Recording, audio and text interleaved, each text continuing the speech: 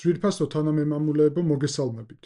დღეს თქვენთან ერთად ვისაუბრებთ სომხეთის საგარეო დაზვერვის სამსახურის მიერ მომზადებული 2026 წლის ანგარიშზე და პროგნოზებზე.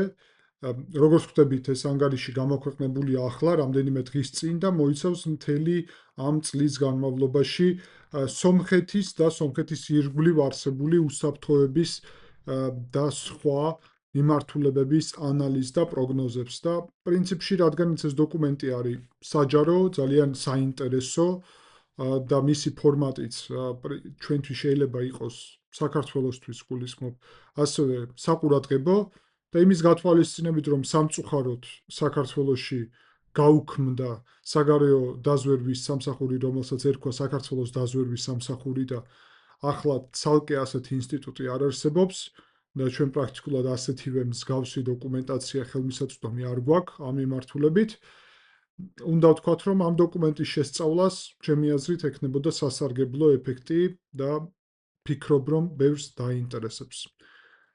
სანამ გუშვალოდ გადავალთ ანალიზზე ამ დოკუმენტის, მინდა რომ გთხოვოთ აუცილებლად მოიწონოთ ეს ანალიზი, ეს მნიშვნელოვანია ჩვენი არხის შემდგომი განვითარებისთვის, დალაიქების მეშვეობით კონკრეტულად აი ამ გვერდზე YouTube-ის, დაწერეთ თქვენი მოსაზრებები კომენტარებში, გამოიწერეთ არხი, ჩართეთ შეტყობინებები, ასევე შეგიძლიათ მხარი დაუჭიროთ არხს აღწერაში მოცემული საშუალებების მეშვეობით. დავიწყოთ ანალიზი. სომხეთში ამ უწყებას ჰქვია საგარეო დაზვერვის სამსახური, ხოლო მათ აი ამ დასკვნას ჰქვია საგარეო უსაფრთხოების რისკები სომხეთისთვის 2026 წლისთვის და დოკუმენტი იწყება დაზვერვის სამსახურის ხელმძღვანელის ქრისტინე გრიგორიანის ესე იგი წინასიტყვით და აქ გაგაცნობთ თუ რა ტიპის განცხადებები არის გაკეთებული ჯერ.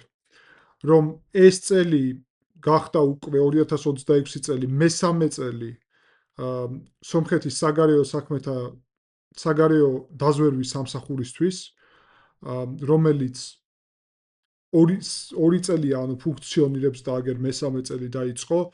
31 დეკემბერს 2025 წლის დასრულდა ის მთავარი კომპონენტი, რომელიც გათვლილი იყო სომხეთის პარლამენტის მიერ მიღებული კანონით საგარეო დაზვერვის სამსახურის შესახებ, რომელმაც განსაზღვრა პრინციპში ეს ფუნქციონირება და როლი ამ უწყების.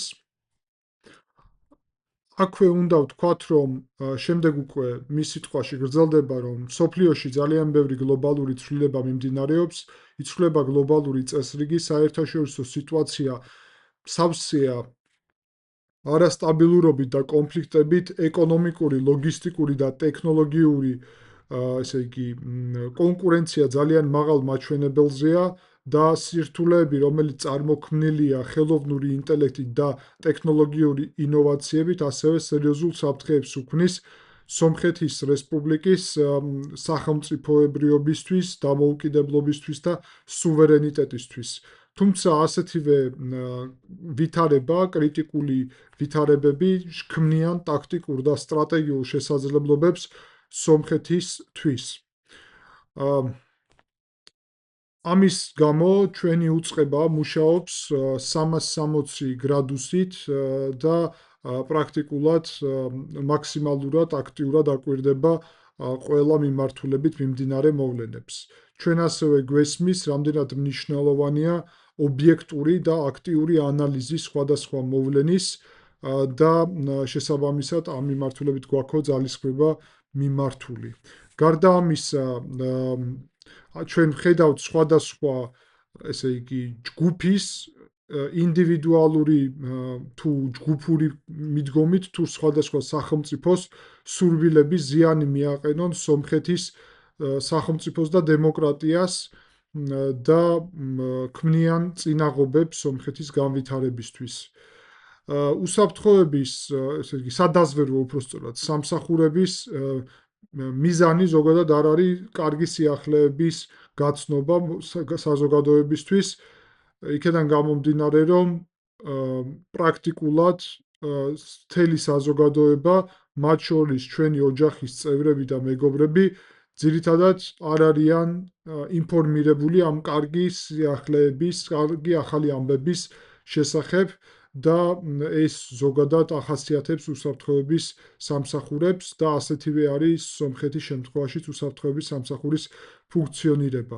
თუმცა ცუდი ამბების მიმართულებითაც ესეთი პოზიციონირება არ გვაქვს, მაგრამ ცუდი ამბების დაფიქსირება საზოგადოების მიერ მარტივად ხდება. პრინციპში ეს გასაგებია, იგულისხმება ის, რომ თუ რაიმეს პრევენცია მოახერხეს, მოქალაქეები ვერასდროს გაიგებენ ამ საფრთხის შესახებ, ხოლო თუ პრევენცია ვერ მოახერხეს, მაშინ გაიგებენ და ეს მათი რეალურად არაეფექტური მუშაობის შედეგი შეიძლება იყოს.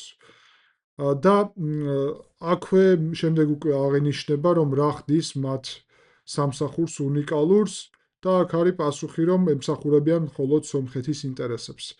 რატომ არის ასეთი ხაზგასმა? იმიტომ რომ სომხეთის საგარეო დაზვერვის სამსახური შეიქმნა სომხეთის სახელმწიფო უსაფრთხოების სამსახურის გარეთ, რომელსაც ისტორიული კავშირები გააჩნია პრინციპში რუსეთის უსაფრთხოების სისტემასთან და ეს უსაფრთხოების სამსახური ახლა ანუ საგარეო დაზვერვის სამსახური შექმნილი არის ძირითადად დასავლეთ პარტნიორებთან ერთად ნაყოფიერი თანამშრომლობის შედეგად, მეტწილად საფრანგეთის, ასევე შეერთებული შტატების და შესაბამისად იგულისხმება ის, რომ ეს სამსახური არის თავისუფალი იმ პოტენციურად წარსულში არსებული კავშირებისგან, რომელიც მათ შორის სომხეთის უსაფრთხოების სფეროს ახასიათებდა. თუ რა პარალელების გავლება შეიძლება ამ კუთხით საქართველოსთან, ამას მე არ დავაკომენტარებ აქ და ამას დაგიტოვებთ თქვენ თვითონ რომ ეს დასკვნები გამოიტანოთ.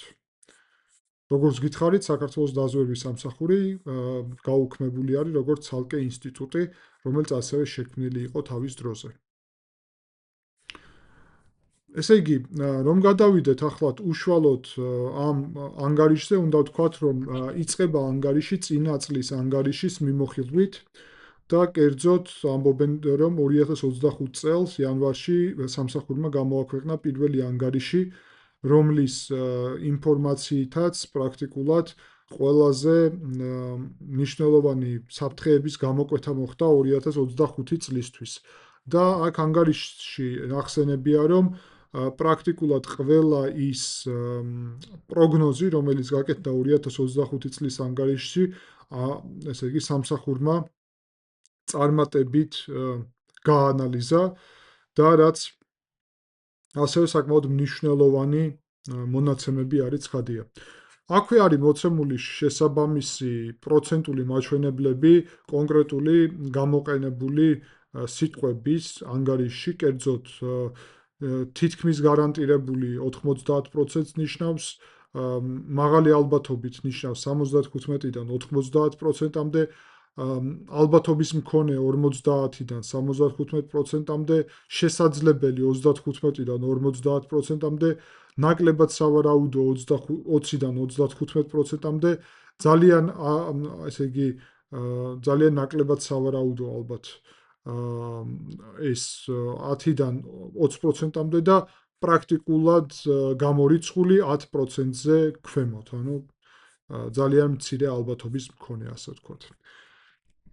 ანგარიში იწყება ესე იგი სამხედრო და პოლიტიკური საფრთხეების რისკების შეფასებით და პირველი იწყება აზერბაიჯან-სომხეთის მიმართულებით. ვაშინგტონის 8 აგვისტოს 2025 წლის შეთანხმების შედეგად სამხედრო ესკალაცია 2026 წელს გახდა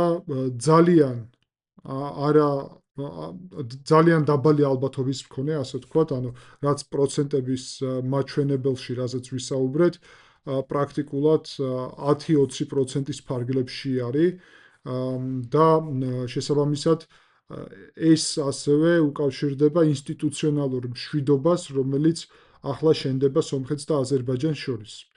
თუმცა აქვე ნახსენებია, რომ საფრთხე ძირითადი აი ამ მშვიდობის პროცესისთვის არის აზერბაიჯანის ეგრეთ წოდებული ბრჭყალებში დასავლეთ აზერბაიჯანის კონცეფციიდან გამომდინარე და მისი შემადგენლობის ფარგლებში ყოფი, ესე იგი, დაბრუნება დასავლეთ აზერბაიჯანში კონცეფციის ასევე ფარგლებში. ან ძირითადი რისკი აქ არის სომხეთ-აზერბაიჯანის კონტექსტში.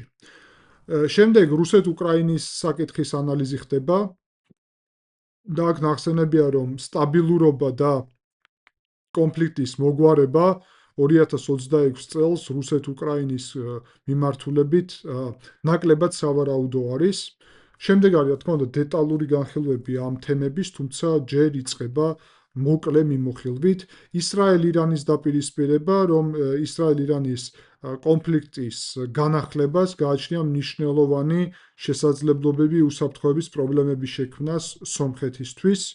ახლო აღმოსავლეთის მიმართულებით კონფლიქტური ვითარება სავარაუდოდ გაგრძელდება 2026 წელს. ეკონომიკური და ინფრასტრუქტურული რისკები და შესაძლებლობები. ეკონომიკური და ინფრასტრუქტურული პროექტების მიმართულებით ძალიან დიდი ალბათობით ეს პროცესები წარმატებით გაგრძელდება 2026 წელს. 26 წელს ახალი ეკონომიკური, ინფრასტრუქტურული და სავაჭრო ინიციატივები გაგრძელდება, თუმცა მათ მიმართაც გაგრძელდება სხვადასხვა აქტორების, ესე იგი, ქმედებები ამ პროექტების საწინააღმდეგოდ ჩვენს რეგიონში.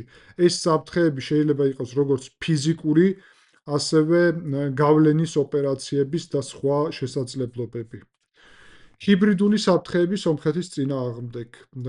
ის არჩევნები, რომელიც დაგეგმილია სომხეთში 2026 წლის ივნისში, გამოიწვევს სომხეთის წინააღმდეგ უფრო მეტი გავლენის ოპერაციის წარმოებას საგარეო აქტორების მიერ, რაც ძალიან დიდი ალბათობით იქნება კომპლექსური, მრავალშრიანი და ფართომასშტაბიანი. ამავე მიმართულებით დაგეგმილია და რეალისტურია საგარეო ოპერაციები, რომელიც იქნება კიბერ თავდასხმების, ყალბი ინფორმაციის გავრცელების, ჰიბრიდული ომის წარმოების, ადგილობრივი აგენტურული ქსელების გააქტიურების და ესე იგი სომხეთში გამოგზავნილი, ან მოდი უფრო სხვანაირად ვიტყვი,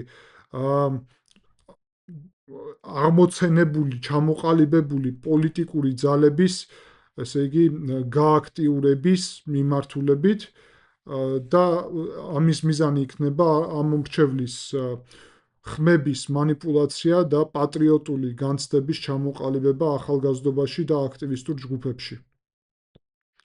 ეს ყველაფერი მოდით შევაჯამოთ და აქამდე სანამ გავაგრძელებთ, ეს ყველაფერი პრინციპში არის ძალიან ლოგიკური და ნათელი. პირველ რიგში უნდა ვთქვათ, რომ აზერბაიჯანის ეს დასავლეთ აზერბაიჯანის კონცეფცია, რომელიც სახელმწიფო დონეზე არის მართული, საკმაოდ სერიოზული საფრთხე არის ნამდვილად ამ ორმხრივი კონტექსტისთვის, თუმცა როგორც ხედავთ, სომხეთი სამხედრო ესკალაციის ალბათობას ძალიან დაბლა აფასებს, დაბალს და ამავდროულად ხედავს რისკებს ძირითადად რუსეთ-უკრაინის, ირან-ისრაელის და ახლო აღმოსავლეთის კონფლიქტების ჭრილში.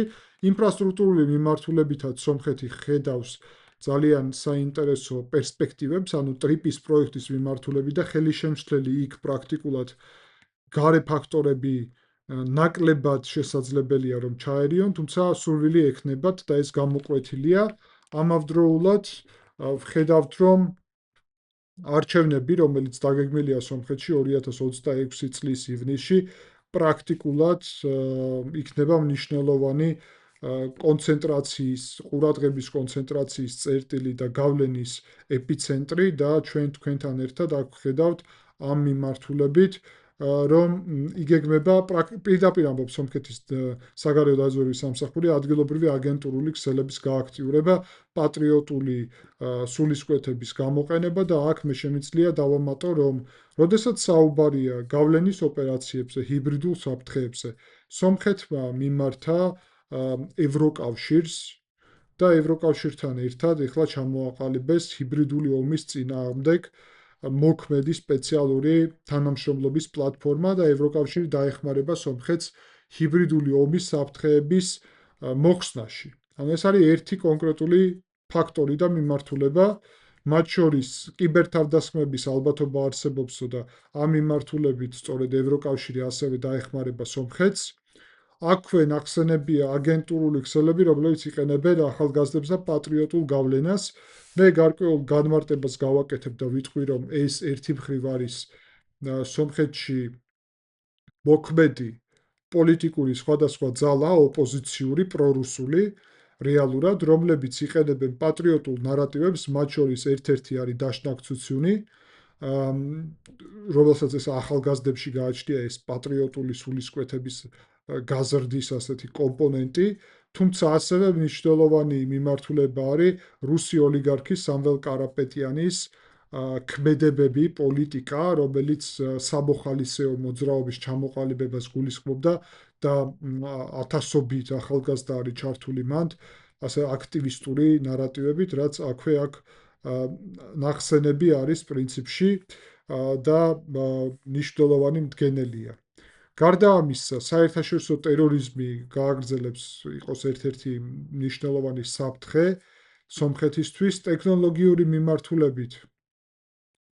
ესე იგი, ანგარიში წერია, რომ ტექნოლოგიების გავითარება იმდენად სწრაფად მიმდინარეობს, რომ ეს გააძლიერებს, დააჩქარებს სამხედრო მიმართულებით, ასე ვთქვათ, ვითარების შეცვლას, კონკრეტულად, რაც უკავშირდება აი ამ კომპონენტს, რომელსაც ქვია პრინციპში სამხედრო ტექნოლოგიების განვითარება, გაძლიერება, ანუ გაცილებით უფრო სწრაფად მოხდება ამ კომპონენტის გაძლიერება და სამხედრო ტექნოლოგიების ათვისება და კონკრეტულად სამხედრო მიმართულებაზე საუბარია, რომ ესე იგი დრონების როლი, დრონების წინააღმდეგ მუშაობის მიმართულებით, ანუ ანტიდრონული მიმართულებით მნიშვნელოვნად გაიზრდება და ახალი პერსპექტივები ჩამოყალიბდება მართული და უპილოტო და პილოტებით შესაბამისად ავიაციის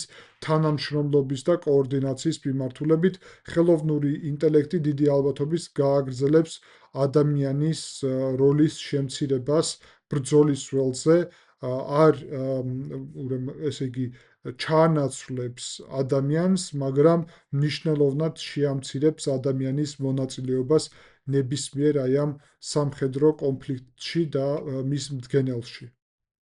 შემდგომ მოდის ძალიან მნიშვნელოვანი ნაწილი, რომელიც უკავშირდება უკვე სომხეთს და აზერბაიჯანს შორის ორმხრივი ურთიერთობების ჩამოყალიბების საკითხს, სადაც ნახსენებია, რომ ვაშინგტონის 8 აგვისტოს შეთანხმების ფარგლებში ხელმოწერილი დოკუმენტების შედეგად 2026 წელს სომხეთსა და აზერბაიჯანს შორის სამხედრო ესკალაციის ალბათობა არის ძალიან დაბალი.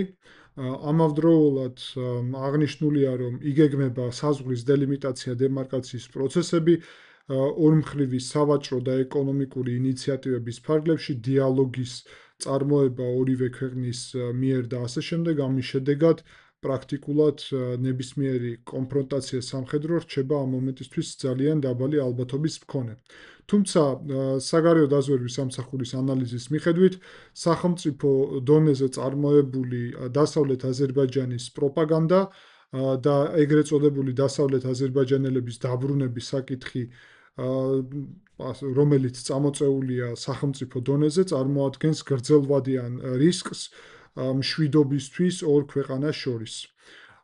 და იგივე ლოგიკით აქვე ნახსენებია, რომ უსაფრთხოების საგარეო დაზვერვის სამსახურის მიერ წარმოებული ანალიზის შედეგად იკვეთება, რომ ვაშინგტონის 8 აგვისტოს შეთანხმების შედეგად არამხოლოდ აზერბაიჯანმა არ შეამცირა დასავლეთ აზერბაიჯანის პროპაგანდა, არამედ მნიშვნელოვნად გაზარდა და მაგალითად მარტიდან აგვისტომდე ამ 5 თვის განმავლობაში თუ 151 სტატია იყო რომელიღაც კონკრეტულ აზერბაიჯანულ მედიაში მაგალითად ამ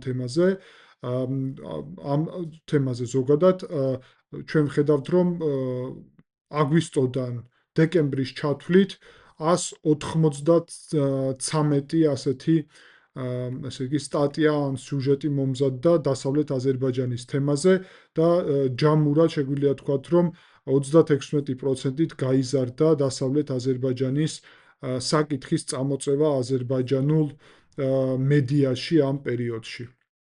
2026 წლისთვის საგარეო დაზვერვის სამსახურისთვის პრიორიტეტული საფრთხე რჩება სწორედ აი ეს დასავლეთ აზერბაიჯანელების დაბრუნების და დასავლეთ ազერბაიჯანის კონცეფტი და აქ მთავარი გასარკვევი არის სომხეთისთვის კონკრეტული მიზეზი ამის, კერძოდ ეს არის ახალი ეროვნული იდეოლოგია აზერბაიჯანისთვის, თუ ეს არის ყარაბახელი სომხების არ დაბრუნების წინააღმდეგ, ასე ვთქვათ, წარმოებული პროპაგანდა, ეს არის მნიშვნელოვანი გასარკვევიო ჩვენთვის საგარეო დაზვერვის სამსახურში, საქმიანობის ფარგლებში.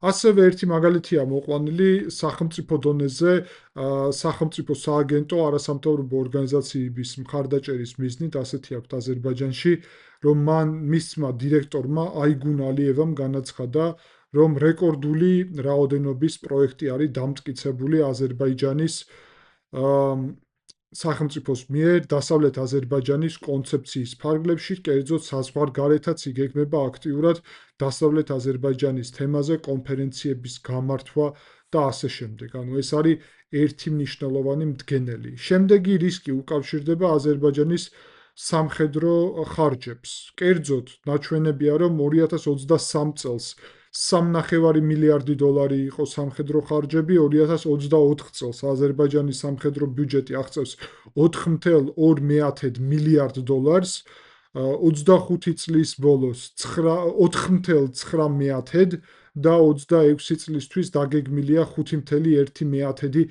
მილიარდი დოლარი სამხედრო ბიუჯეტი და სომხეთის საგარეო დაზვერვის სამსახური ასკუნის, რომ თუ დანარჩენ მიმართულებებით ბიუჯეტის იკვეთება 5-7%-იანი ზრდა ყველა სხვა მიმართულების ხარჯის, 2024 წელს, 25 და 26 წელს ზრდა პრაქტიკულად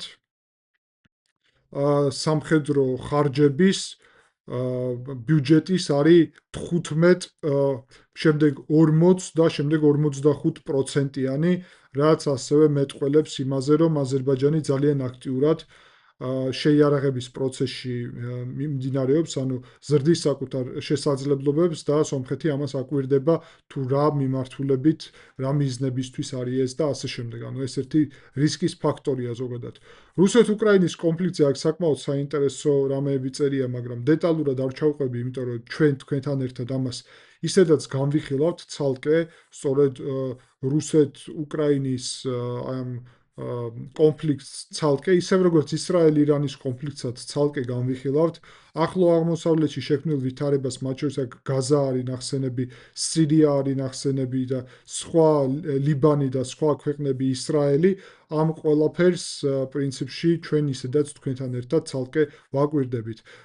ერთი მონაკვეთით ძალიან მოკლედ არის ნახსენები შემდეგ კუხო, ანუ ეგრეთ წოდებული ოდკბ, რომ სომხეთი არ გეგმავს, ესე იგი, კუხოში, ოდკბ-ში საკუთარი მონაწილეობის განახლებას, ან გაყინულია ეხლა და შესაბამისად ამ გაყინვის გაუქმებას და ეს რეალურად უნდა გახდეს კონკრეტული საფუძველი, რომ ამ ორგანიზაციაში შემავალმა ქვეყნებმა თავად იფიქრონ, რატომ აკეთებს სომხეთი ამას. ბევრჯერ აქვს ნახსენები ეს სომხეთს. აქ ლოგისტიკურ და ეკონომიკურ ნაწილზეც ბევრი მნიშვნელოვანი ინფორმაცია არის მოცემული, კერძოდ რომ იგეგმება, რაზეც ჩვენ ასევე თქვენთან ერთად საუბრობთ და ვისაუბრებთ, სომხეთ-აზერბაიჯანის და სომხეთ-თურქეთის რკინიგზის აღდგენა და გახსნა და ტრიპის პროექტის განხორციელება, რაც ძალიან სერიოზულ ლოგისტიკურ შესაძლებლობას წარმოადგენს სომხეთისთვის. შემდეგი ნაწილი უკავშირდება ჰიბრიდულ საფრთხეებს. აქ აღწერილია თუ რა არის ჰიბრიდული ომის სცენარი, რა ჰიბრიდული საფრთხეები არსებობს სომხეთის წინააღმდეგ. ერთ-ერთი სამიზნე ჰიბრიდული საფრთხეების იქნება ტრიპი, მათი მტკიცებით. გარდა ამისა, სომხეთის საგარეო დაზვერვის სამსახური ელოდება კიბერ თავდასხმებს სომხეთზე სატრანსპორტო, კომუნიკაციების, ფინანსური და საბანკო სხვა სახელმწიფო პლატფორმების მიმართულებით და ასევე ძალიან სერიოზულ დეზინფორმაციის კამპანიებს, ესე იგი, პრინციპში საარჩევნო პერიოდში, წინა საარჩევნო პერიოდში, არჩევნებზე ზემოქმედების მიზნით. და ამას აქტიურად ვაკვირდებითო უკვე 2025 წლიდან და ეს გაგრძელდება. დეზინფორმაციის კამპანია კიდევ ერთი მნიშვნელოვანი სქემა არის, კერძოდ კონკრეტული მაგალითები არის გამოვლენილი 2025 წლის, როგორ იწყება ყალბი დეზინფორმაციული კამპანია, როგორ შემოდის შემდეგ ეს დეზინფორმაციული კამპანია ნარატივების სახით სომხურ მედიაში, შემდეგ უკვე ვრცელდება მედიის მიერ აქტიურად და უკვე ხდება გარკვეულწილად ნარატივი სომხეთის სახელმწიფოს ფარგლებში, მაგალითად დონალდ ტრამპის განცხადებები ან მაგალითად თურქეთის საგარეო საქმეთა სამინისტროს ყალბი, ანუ განცხადება, რომ მხარს უჭერეთ მშვიდობის პროცესს, რომელიც ყალბი მექანიზმებით გადაითარგმნა, როგორც მხარს უჭერთ ფაშინიანსო, ასეთი ყალბი შეფასება გატკეთდა. ნუ, აქ არის კიდევ ერთი ნახსენები ძალიან საინტერესო გრაფა აგენტების, გავლენის აგენტების, პოლიტიკური აქტორების, ესე იგი, ბიზნეს აქტივობების, რელიგიური და კულტურული ინსტიტუტების და სხვა ცნობადი სახეების გააქტიურება, ესე იგი, იგულისხმება და ეს რეალურად უნდა იყოს როგორც სომხეთში პოლიტიკური ინჟინერიის სცენარი, ანუ პოლიტიკური გარკვეული ისეთი კლასის ჩამოყალიბება სომხეთში და ისეთი პოლიტიკური სცენარი, რომელიც პრინციპში წარმოადგენს ღიად გარე ჩარევას და აქ საუბარია რა თქმა უნდა რუსეთზე, კერძოდ მაგალითი აქ არ არის მოცემული, მაგრამ მე გეტყვით, რომ ერთ-ერთი მაგალითი არის რუსი ოლიგარქი სამվել კარაპეტიანი, რომელიც ღიად ჩაერთო ამ პროცესებში, საარჩევნო და არჩევნებში აპირებს მონაწილეობის მიღებას. მაგალითი ასევე ამის არის პრინციპში და აღსანიშნავი არის რელიგიური ფაქტორი, კერძოდ კათოლიკოს პატრიარქის თანამდებობაზე მყოფი კტრიჩ ნერსისიანი, რომელიც ღიად ოპოზიციის უკვე პრაქტიკულად ლიდერი გახდა ამ პერიოდში. ამავე დროს უნდა აღინიშნოს ცალკე ძალიან მნიშვნელოვანი მდგენელი, რომელიც უკავშირდება პრინციპში დაშნაკ ცუციუნს, რომელსაც გარე გავლენა გააჩნია. რა თქმა უნდა, აქვე აღსანიშნავია კულტურული ელიტის ეგრეთ წოდებული ბრძოლა, კერძოდ სომხური იდენტობის, ანტითურქული ნარატივების ჩამოყალიბების საფუძველზე და ასევე რა თქმა უნდა, ძალიან მნიშვნელოვანი იქნება მდგენელი, რომელიც უკავშირდება ამ რელიგიას, ანუ ბრძოლა კტრიჩ ნერსისიანის წინააღმდეგ, რომელიც ღიად არის დასახელებული სომხეთის ხელისუფლების მიერ როგორც კგბ-ს აგენტი, იქნება გარკვეულწილად შეფასებული და შენიღბული გარკვეულწილად როგორც ასე ვთქვათ, და ოპოზიცია ამას გააკეთებს, ანუ ამას შეფუთავს, აი ასე ვთქვათ, როგორც ბრძოლა რელიგიის ან ეკლესიის, როგორც უძველესი ინსტიტუტის წინააღმდეგ და შესაბამისად აი ამასაც ელოდება საგარეო დაზვერვის სამსახური. აქვე უნდა ვთქვათ, რომ ენერგეტიკული და ეკონომიკური პრობლემები პრინციპში გაგრძელდება სომხეთში და რა მოლოდინები არის აქ პრინციპში აღნიშნულია მეტწილად აქ არის ნახეთ საინტერესო კონფისკაციები შეიძლება იყოს ექსპორტის წარმოებლების ტექნიკური თანამშრომლების მასიური დაკავება, დეპორტაციები და ასე შემდეგ, ეს შეიძლება გახდეს გავლენის შესაძლებლობა და პრინციპში ეს 25 წელსაც უკვე იყო და გაგრძელდება 26 წელს. ხო, ამ კუთხით უნდა ვთქვათ, რომ სომხეთის ექსპორტისთვის პრობლემების შექმნა მიმდინარეობს არა მხოლოდ რუსეთიდან, არამედ საქართველოდანაც და ამაზე არაერთხელ ბევრი 2025 წლის განმავლობაში ბევრი სტატია არის დაწერილი ამაზე და ბევრი მსჯელობა ამაზე ყოფილა, მათ შორის მეც მისაუბრია მედიაში აი ამ პრობლემაზე, რომელიც საჯარო არის და აქ აღწერილი აქვს, თუმცა დასახელებული არ არის ვის მიერ. შემდეგ მოდის ტერორიზმის ნაწილი და საერთაშორისო კრიმინალური ორგანიზაციების ნაწილი. აქ ამას არ მიუბრუნდები, პრინციპში გასაგებია ISIS-ის, ანუ ისლამური სახელმწიფოს ფუნქციონირება არის აქ ნახსენები და ასე შემდეგ. და შესაბამისად ჩვენ ისედაც თქვენთან ერთად ვაკვირდებით მაგალითად სირიაში ისლამური სახელმწიფოს ტერორისტული ორგანიზაციის საქმიანობას და ისედაც მაგაზე ვსაუბრობთ. ტექნოლოგიური განვითარება შემდეგ უკვე უკავშირდება ხელოვნურ ინტელექტს, როგორც იარაღს და ასევე კვანტურ ტექნოლოგიებს, სატელიტურ სისტემებს, გეოპოლიტიკური მიმართულებით ასევე მინერალების როლს, რომელიც საჭიროა აი ამ მიმართულებით და მათ მზარდ როლს, ასე ვთქვათ, ეკონომიკაში და პრინციპში დრონებს, ავტომატურ, სხვადასხვა რობოტურ ტექნოლოგიებს და ასე შემდეგ. და ამით მთავრდება ეს ანგარიში. შეგახსენებთ, რომ ეს ანგარიში არის ღია, საჯარო, მე ლინკით შემიძლია დავდო აი აქ აღწერაში, შესაბამისად, რადგან ეს საჯარო არის, აქ არაფერი ინფორმაცია ისეთი არ არის, რომელიც თეორიულად არის დახურული, ეს ნახსენებია თავად ანგარიშში, რომ დახურული ინფორმაციები აქ მოცემული არ არის და ცალკე აქვთ დახურული ტიპის ანგარიში, შესაბამისად, ეს ანგარიში, რა თქმა უნდა, ძალიან მნიშვნელოვანი არის სომხეთის პერსპექტივიდან, მაგრამ ჩვენს საქართველოში შეგვიძლია მნიშვნელოვანი დასკვნები გამოვიტანოთ საქართველოს კონტექსტში, აქედან რა ტიპის საფრთხეებს ელოდება სომხეთი, რა ტიპის შესაძლებლობებს ხედავს და რა თქმა უნდა, ჩვენ შეგვიძლია ჩვენი დასკვნები გამოვიტანოთ აქედან. ნაწილობრივ საქართველოსთვისაც ეს აქტუალურია, იქიდან გამომდინარე, რომ მეზობელზე ვსაუბრობთ და ბევრი საკითხი აქ ერთობლივი არის, შეიძლება ვთქვათ, ერთობლივი გავლენის ან ინტერესის სფეროა. დიდი მადლობა ყურადღებისთვის და შეხვდებით შემდეგი ანალიზის დროს.